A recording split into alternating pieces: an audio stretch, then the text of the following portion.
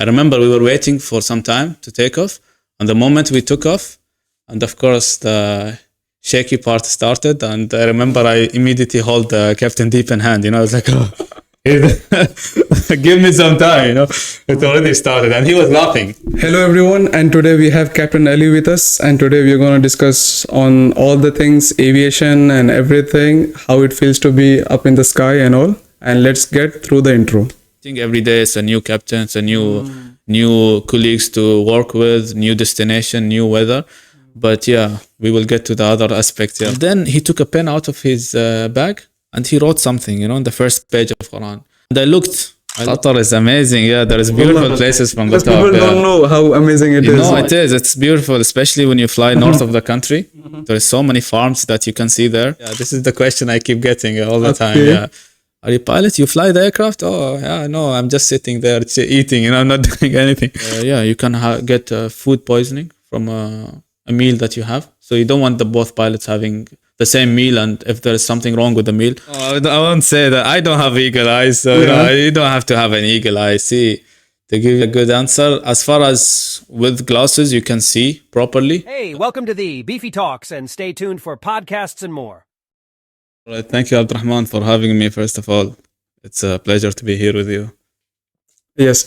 And how was your first flight? You were talking about this? Yeah, the first flight in the aviation school. Yeah, I remember that flight. It was full of excitement, full of shaking, and full of horror for me as well. The first time to get off the ground, but not jumping from my it's with the actual aircraft, But yeah, I remember it. It was full of excitement, I would say, yes.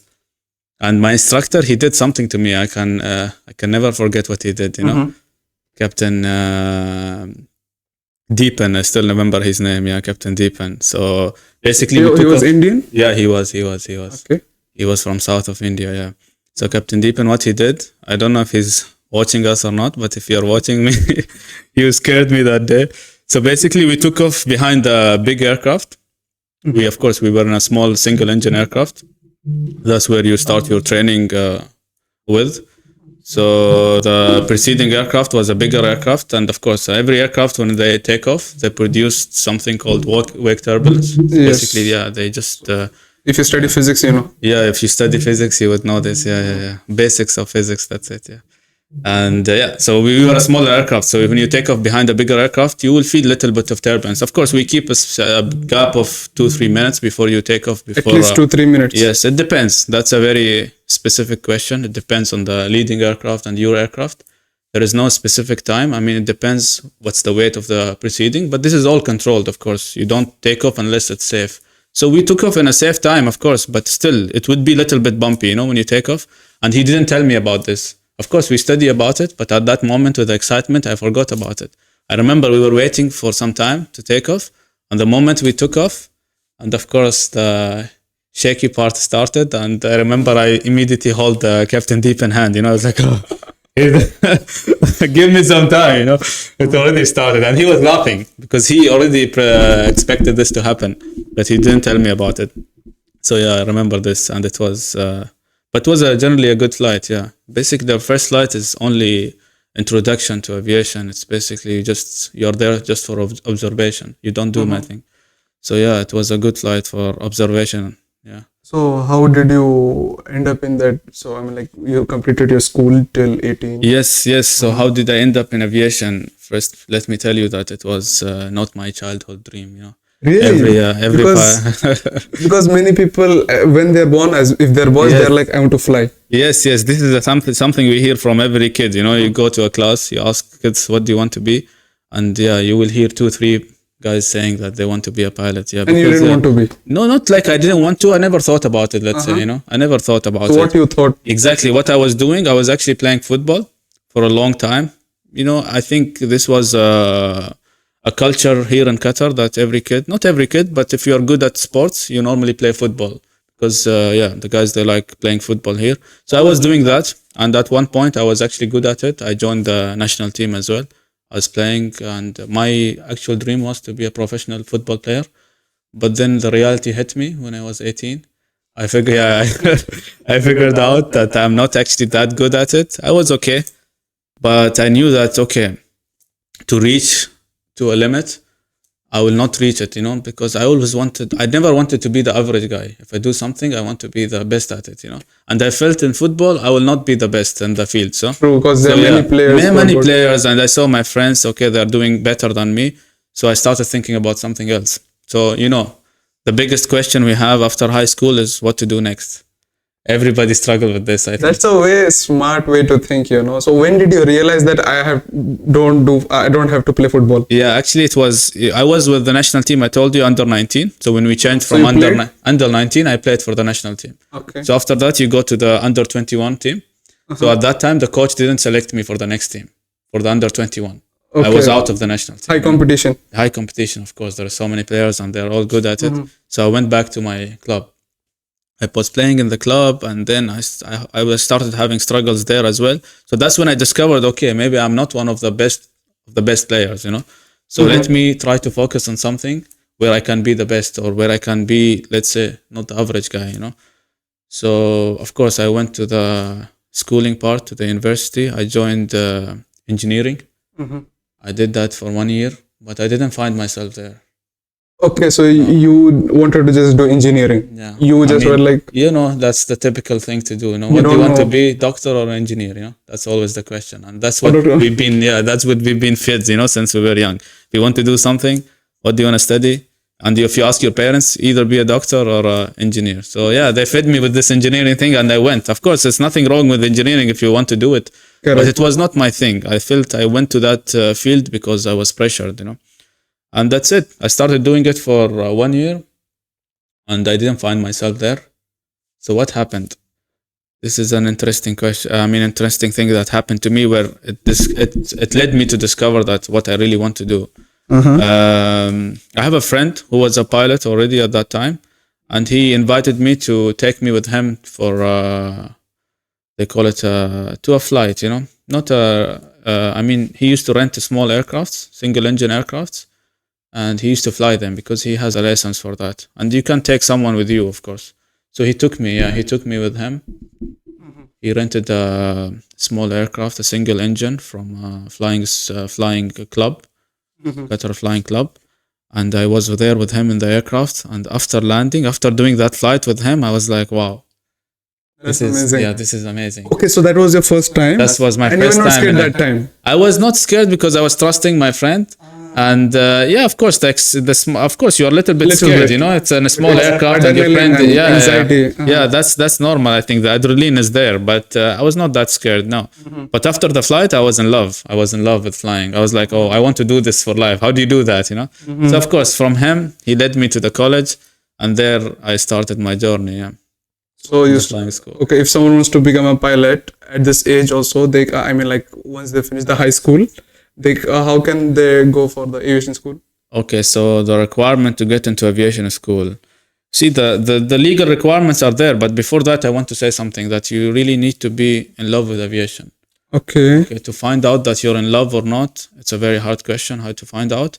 But you need to like aviation. You need to like flying because that's the most important thing. The rest of the things, you can get them. But if you're not really into aviation, you can struggle later, yeah. Why I'm smiling? Yeah. I got a theory right now, and what I think is when you find a wife, you just find her to be beautiful, something good in her. Yeah. But you get married. Then you realize, oh Allah, there is a lot of issues. But still, you are hooked up to it because you still, love that one part about her. Yes. It's same with this career also. Initially, it's beautiful, or any career. But then, if you really love it, you will deal with the harsh problems with it. Yes. Okay. Exactly. Yeah, it makes everything bad looks okay with you, because you're in love with your career or with whatever you're doing, as you said. Yeah, the wife thing. So you're telling me even aviation is not easy? Like people think you just have to go and fly the plane? No. It's not easy, but see, I feel you're asking someone who's really in love with aviation. Correct. So my answers will always be, I will be biased, and my answers will always be very positive about aviation.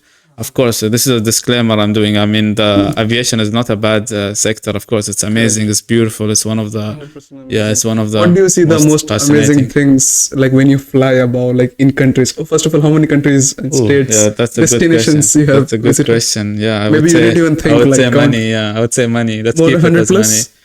No, I won't say it's more than 100, but for sure more than 50. 100 is a big number, no? Okay. Yeah, 100 is a big I number. don't Yeah, know because you what keep it is. flying to the sometimes to the same Same place. destinations. Yeah, Okay. so the number doesn't increase much, but yeah, for sure more than 50. And you are flying from 7 years. Yes. So yeah, I started flying when I was 21, and yeah, it's been How do you 7 see years. Qatar to be from the top? Qatar is amazing. Yeah, there is beautiful places from the Because top. people Yeah. don't know how amazing it is. No, it is. It's beautiful, especially when you fly north of the country. There is so many farms that you can see there, and they are beautiful. I believe they are private farms, owned by private people, but from the top you can see everything. You know. Yeah, yeah. So be careful. I can see you as well from the top. Really? I wish. But how did you find India to be when you landed Oh, there? or you go India, there? India. When is the first time I went to India? It was to south of India. I think that's where I did my first flight to Trivandrum. Yeah, it's beautiful. Trivandrum. Yeah, yeah. It's in Kerala, right? Kerala, yeah, exactly. Yeah, It's the capital of Kerala. It's beautiful. India, I feel it's a country, but it's full of different cultures, Places and everything. totally different cultures. You know, when you fly to south of India, it's something else. When you fly to the north of India, it's something else. How many East, west. days did you stay there in total in your? It depends. See, in flying, it depends. Sometimes you have short layovers. Sometimes you have longer layovers. It totally depends on the schedule. But yeah, I have had 1 days in India, and I have had 2 days at least. Yeah, 2.5 days. That's normally how the long you stay in a place. You know, sometimes you can stay for 3, for 4 days. It depends totally on the schedule of the. If you have two flights in a 1 day or 2 day gap, so you'll get 3 4 Yeah, days. something like this. Exactly. It depends how many times you fly there. I mean, how many times the airline operate to that destination. If it's a daily flight, then most probably it's going to be 24 hours. But some destinations we fly like twice a week. So yeah, you will be staying longer. It totally depends on the rostering. Yeah. But how do you, if someone wants to know, how does a typical day of, like you're talking about the schedule, how does yeah. it, for a pilot, how does it look? For a doctor, Yeah. you know, he'll go in the morning, Yeah, come. yeah. Engineer, you know. Yeah, but for how us, for a pilot? the thing is that there is no routine. This is one of the good thing about our job, that there is no Is specific it a good thing routine. completely? It is. Depends on It people depends. If you look at it from a job aspect, it's nice that, I mean, the things are not repeating every day. It's a new captain, it's a new colleagues to work with, new destination, new weather.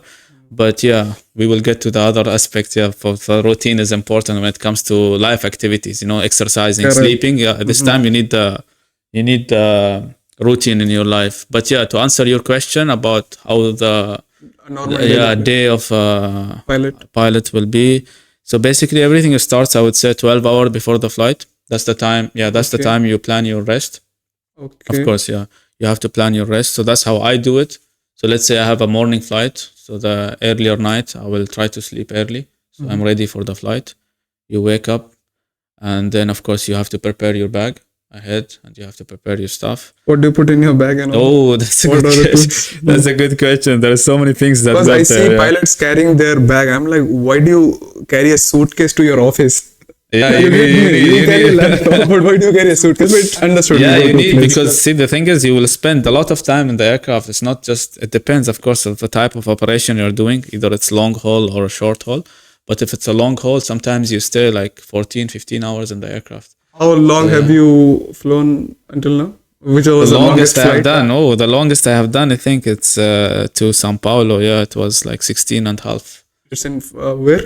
It's in South America, Brazil, the capital of Brazil. Yeah, Sao Paulo. Yeah, 16 hours straight 16 up. hours straight. Yeah, So you sleep, you do everything. Yeah, within you that do flight. everything. Of course, when the flight is long, it's not only two pilots. Yeah, normally every airline, I mean, all commercial flights are operated at least with 2 pilots. Correct. But if the flight is longer, of course, you're not. Longer than how much? It 8 depends. hours? It depends. It depends Okay. when do you start the duty, if it's in the morning or evening. But yeah, if you can say, like, let's say more than 9 or 10 hours, you need more than 2. So if it's more than 9 hours, you will get 3. Sometimes if it's long enough, you get 4 pilots.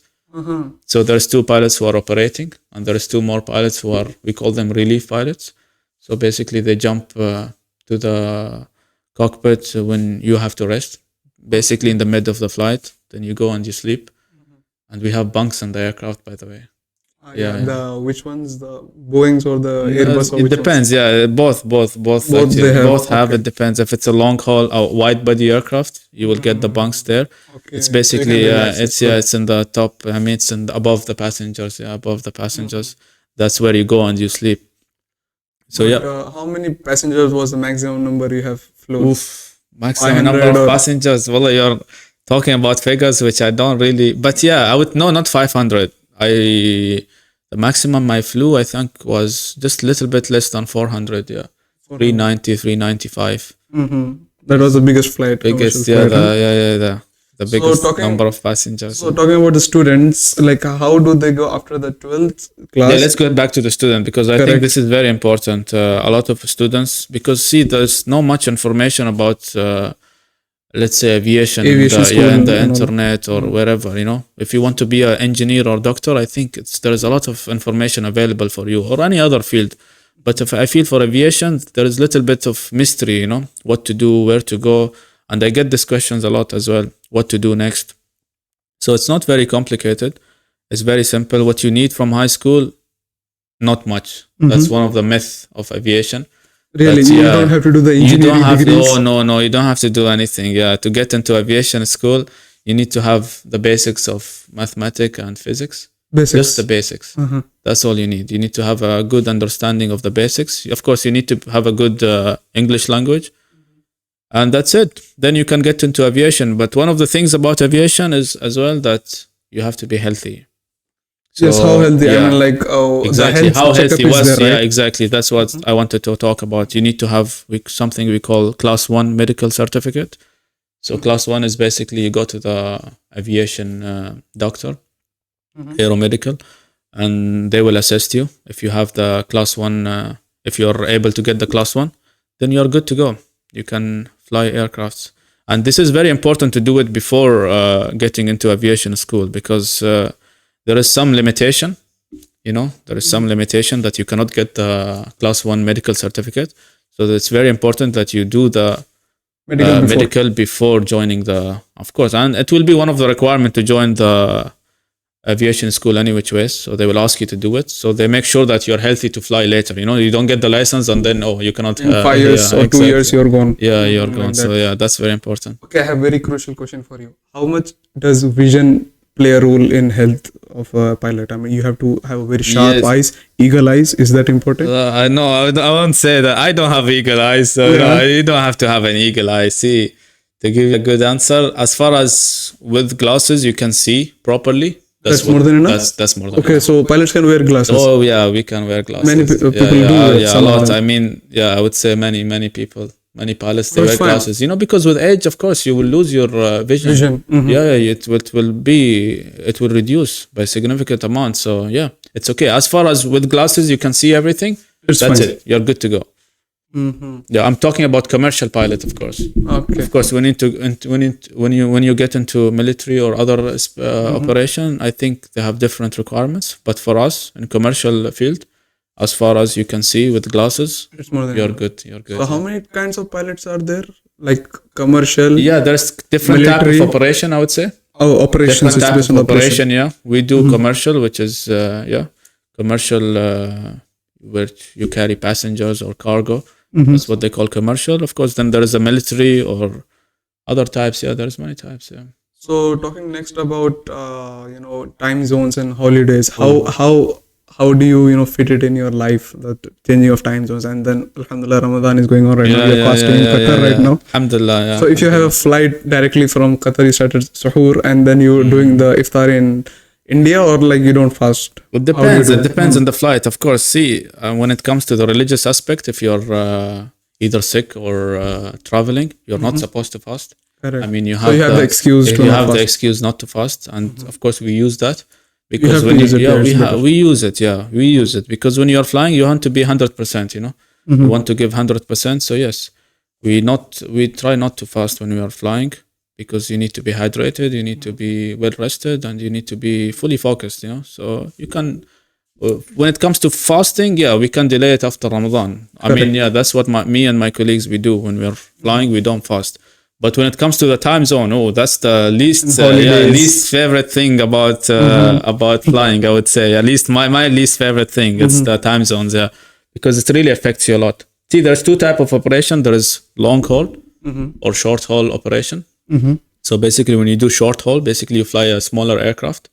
So you don't cross much time zone, You're always in the same time zone because your flights will not be long enough, There'll be 4 or 5 hours flight. So you will not be crossing a lot of time zones. So it will not affect you much. But when you start flying long haul, which is what I've been doing for the 10 hours. for the last 1 year and a half. Yeah, then you start flying for 12, 16 hours things. Yeah. So is it that you get upgraded from like small flying hours to higher and all? You don't Let's call talk it about upgrade. It's more like, that's the sequence of pilot life, I would say, pilot career, that you start with a short haul and then with experience, then you move to another aircraft which is wider and it flies for longer distance. But no, sometimes you join some airlines, you are already in the long haul immediately, So it totally depends. Totally depends on the requirement of the airline you're joining. But normally, the normal sequence is short haul. Then once you have the experience, you go to a longer long haul operation, a wider aircraft. Okay, so talking about like who is the captain, who is the senior, what's all, can you explain the stripes on the The everything? stripes we have, pilot and the co-pilot thing. Correct. Are you a pilot yet? Yeah, this is the question I keep getting all the time. Okay. Yeah. Are you a pilot? You fly the aircraft? Oh, yeah, no, I'm just sitting there eating, I'm not doing anything. But so, we have, this is a big misconception that the captain is the only one who's flying the aircraft and the co-pilot's just being there, sitting there. I don't know what the people think we are doing. But no, we are both pilots basically to operate. We are both pilots to operate the aircraft. But of course, you have grades depending on your experience. So what's the stripes on the... So we have basically four stripes. The first one, the one stripe is a cadet pilot, pilot under training. This is what you have in the flying school. That's the first stripe. First stripe, yes. Second one? Second one, then it depends on the airline. Some airlines, you join the airline. Of course, when you join the airline, you still have the first stripe because you're still under training.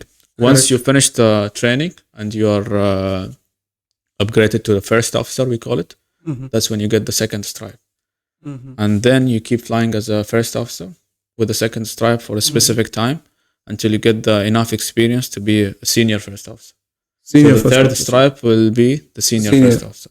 And then you keep flying as a senior first officer until you get the enough experience To become a to captain? become a captain. And that's where You get the fourth one? fourth one, yes, exactly. Oh, so that's a lot of stripes, right? Yeah, that's khalas now, You are the big boss, So you have reached the senior. Yeah, place. he's the senior. So basically, the difference between the captain and the first officer is the amount of experience he has. So he's the commander of the flight. He has the sole responsibility. I mean, the last responsibility about the whole of the aircraft and the safety of the aircraft. And I heard about that the captain or the pilot, who is the main guy who's flying the plane, is the ruler of that plane. If you're on the ground... Again, you're going into that misconception again. The captain who flying the aircraft, no, the guy in the right seat can be flying the aircraft as well. But let's say the captain, who the has man... the final call? Fine, of course, the captain, The captain, Yeah, that's the thing, that's why he's the commander of the flight. Okay. We call him the commander of the flight. So he's I told you, the sole responsible about the safety of the flight. So the last decision is for him, of course. So what does the captain do in a plane and what does the co-pilot do? Like, let's discuss that. Okay, so let me just try to make it simple for you. So before every sector, we decide who will fly and who will be, let's say, monitoring. Okay. So when you operate a flight, you have two pilots. One will be flying the aircraft and the other one will have other duties, which is monitoring. So we decide, it depends on the destination we are going, depend on the weather, depend on a lot of things. We sit together and we decide who will do the flight. Okay. So if one is flying, the other one will be monitoring, will have different type of duties to do during the flight. So we decide who will fly. And of course, if the weather is critical and the airport is, let's say, a complex airport that you're flying, then at that moment, of course, the captain will be flying the aircraft. But if the weather is good and everything is fine, the first officer can fly because he's fully capable of flying the aircraft as well. That's why he's there, Okay. So you have to take some flying hours of experience before you get to the flying. So normally, how does it go? Let's say we have a flight from A to B, then back to A. So we decide who will do the first sector from A to B, and then the way back, the other guy will fly the aircraft. Yeah, that's how it goes normally. I see. And how about the diet of the captain or the pilot? Like what specifically he has to eat and what? Yeah, there is a famous question: can you have the same meal in the? Correct. Yeah, I've Yes. been asked this question many times. Yeah, we are not supposed to have the same meal during the flight. So it's actually a rule.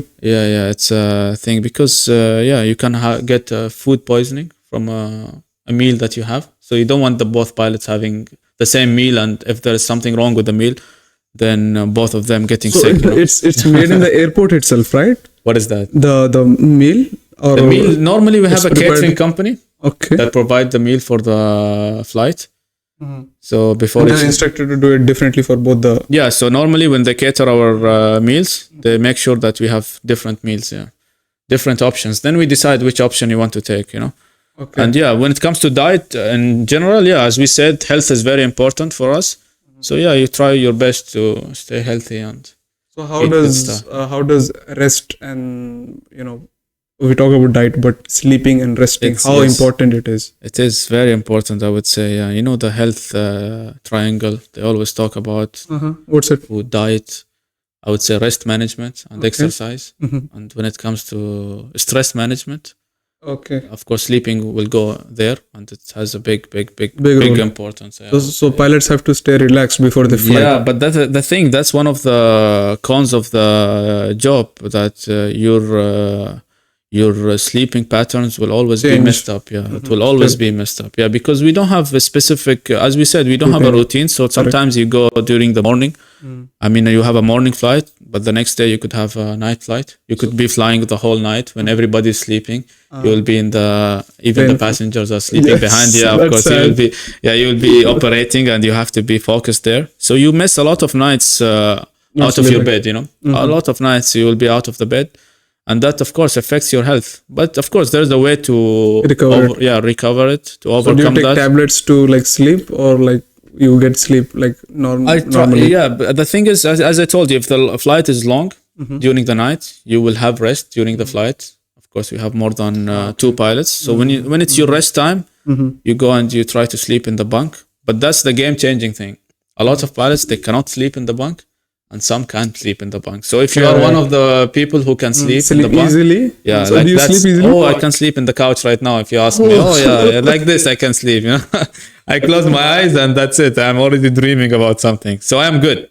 Wallahi, that's a good skill. I struggle a lot. I think it's, I don't know if it's a skill, but I think that's how you are think born, it- You can develop it. Yes, you can. But I am. The moment I close my eyes, I'm gone. Oh, Yeah. it's So very- be I careful, can- I don't close my eyes. Not me, the passengers.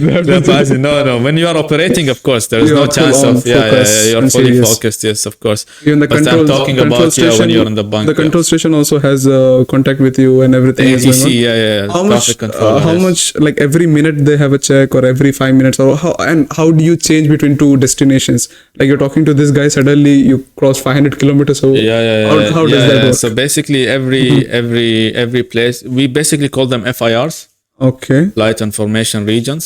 Okay. So when you fly over a country, it has its own FIR, which is already determined from the maps. So before you change to another country, before you get into the other country, the previous controller will give you the next frequency, and he will hand over you to the next controller before you get into their airspace. So you will talk to him before getting into him, and he will acknowledge you, and that's when you enter. Yeah. So the airspaces are defined like this is Exactly, they're all zones. defined and they're all very well established, and you know from which region you're flying to which region, from which.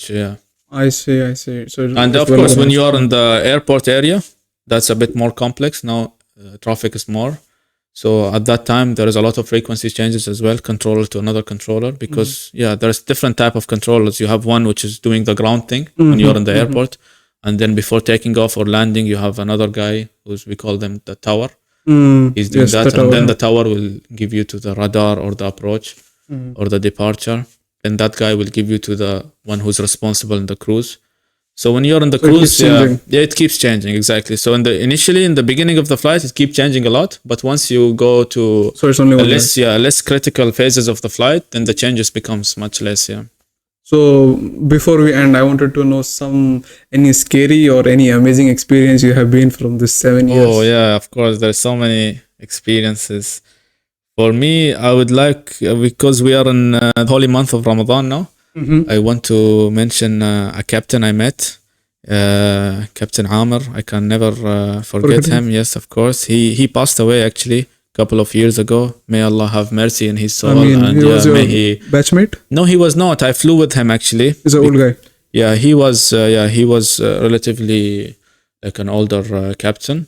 But why I remember him because I flew with him during the month of Ramadan. Okay. Yeah, it was 2019 Ramadan. I remember I flew with him. So when we reached as I told you in the beginning, it's the critical phase of flight. You're busy, you're doing everything. But then when you reach the cruise, it's less relaxed. critical. Yeah, you're more relaxed. It's more about monitoring and looking at the systems. So at this time, he told me, Ali, do you mind to take control and I will read a little bit of Quran? Of course, I told him, Captain, you can do that. And he was reading Quran. And then he took a pen out of his bag and he wrote something, on the first page of Quran. And I looked at the Quran and I saw that it was full of writing, pencil, notes. I asked him, Captain Amr, what is that? What are you writing? And he showed me. So basically this Quran was the Quran that he reads in the cockpit only. And all the writing he's writing is that when the date of the time that he finished, when he finished whole reading of whole Quran, he writes the date in the first page. And the first page was full of dates.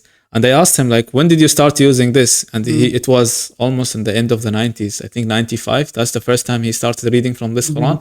And from that date until the time I flew with him, he was still reading from the same Quran and writing the dates that he finished a khatma, basically. So I was very inspired by him, very inspired. I learned a lot from him. So yeah, I wanted to mention him here. And so we can all pray for him and may his soul be rested. Yeah, well. Inshallah. And may God grant him Jannah, inshallah. Ya Rabbi, yeah. So that's something beautiful. That's beautiful. Scary. Yeah, let me tell you something scary. Yeah, scary. There is a story in aviation. I think everyone who's in aviation, I'm sure they have passed through this story once at least. I will tell it to you. So, okay. The story goes like, okay. It was a normal flight. Okay. Everybody was relaxed in the flight. So this is a story told by a cabin crew, yeah? So she's like, I was in the galley, just preparing the meals for the passengers. Okay. So one passenger comes to me and he's like, excuse me. I'm like, yeah, go ahead. And he's like, could you please make a chamomile tea for my wife? She's sleeping and he said the seat number like 6 Alpha or whatever. She wants a chamomile tea. Could you make it for her? And she was like, of course, sure, I will make it and I will give it. Where is it? He said like it's in that seat. He was like, okay. So she started preparing the tea, and then of course she went to the lady. She saw the lady was sleeping there, and she woke the lady up. Like, this is your chamomile tea, and the lady was like, yeah, how did you know that I want the chamomile tea? It's like, your husband just came to me and he was like, you should have this tea. Yeah, the tea. You were wanting the tea. And then she looked at him and she was like, my husband is in coven under the aircraft. Is in the coven under the aircraft. It's in the hold of the aircraft. He passed away and he's flying with us. That's not the real story, right? So you will sleep today night, but I won't sleep then. Okay, let me tell you something about this story. Of course, this is something very famous. Everybody, I'm sure. I mean, many people in aviation, they heard about this story. Okay. But then later on, I discovered something, because this is a story which everybody talks about in aviation. I met a senior trainer, actually. I told him about this story. I told him, this is what I heard. And they told me, and he started laughing. I was like, what? Why are you laughing? He's like, I have not flown. I have met the guy who made up this story. Ooh. He's actually a trainer. Yeah, he's a trainer in a different country, and he's the one who made up this story. And I have met him personally. So no, it's not a real story. It's just it's just something to scare the kids, before they sleep. That's it. And that's what I wanted to share with you. Yeah. Nice one, nice one. Yeah, So yeah, I yeah. hope people love this podcast, and if they have any questions, they will mention them down. And next time, if we Yeah, meet again, sure, we can sure. talk about anything else and again about aviation. So any questions, you can leave them down. Thank you, Abdurrahman, for having us. And yeah, Ramadan Kareem to everyone. Okay, bro. Assalamu alaikum. Wa alaikum assalam.